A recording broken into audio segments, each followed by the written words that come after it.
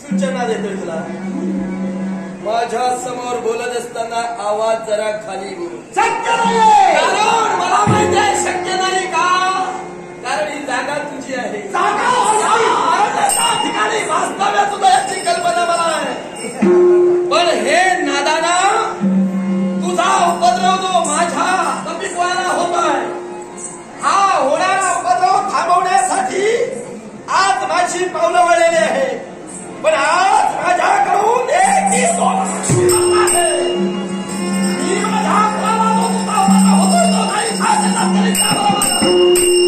इथे सुद्धा रक्षण करी हे तुला मी आव्हान देत आहे. आव्हान कोणता देत असेल तर ते आव्हान मी स्वीकारणारच आहे. पण या अरण्यात परिसरात जसा माझा आवाज तसा कुठल्याही अरण्यात गेला तरी तोच माझा आवाज. म्हणून मी पाहिलेलं आहे ते कधी सोडणार नाही. म्हणून आलेला माझा मोठा आहे, तुम्ही जाऊ शकता. अरे मी तो इथे आलोय तो माझा तत्वाला लागलेला डाग दूर करण्यासाठी आणि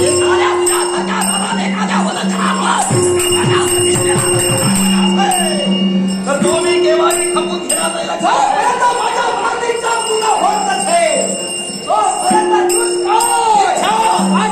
व्यक्ती त्या व्यक्तीला डाग लागविला हा काकासून माघार घेणार नाही. इच्छा या दोन प्रकारच्या असतात, एक बऱ्याच आणि दुसरी वाईटाची. आणि या सगळ्याच्या परिस्थितीत मला मात्र तुझी छाया वाचत आहे. ही तुझी कृती ही क्षणभर मला पटत नाही. म्हणूनच या कृतीला पायबंद घालण्यासाठी तुझ्या जीवनात मी तुला समस्या करतो आहे. समस्या करू हो त्या समस्याला सुधार करण्यासाठी हा कागद सुस्तार आहे, माघार घेणार नाही. मग एवढा जर का तू पराक्रमाचा महावीर होती तर लक्षात ठेव या सिंधेबाच्या पराक्रमाची कल्पना तुला नाही. माझा राग काय, माझा कोण काय याची तुला कल्पना नाही. म्हणून कशा प्रकारचे भाष्य करत आहे. तुझा जर कोप असेल तर या कागद सुराला दाखव.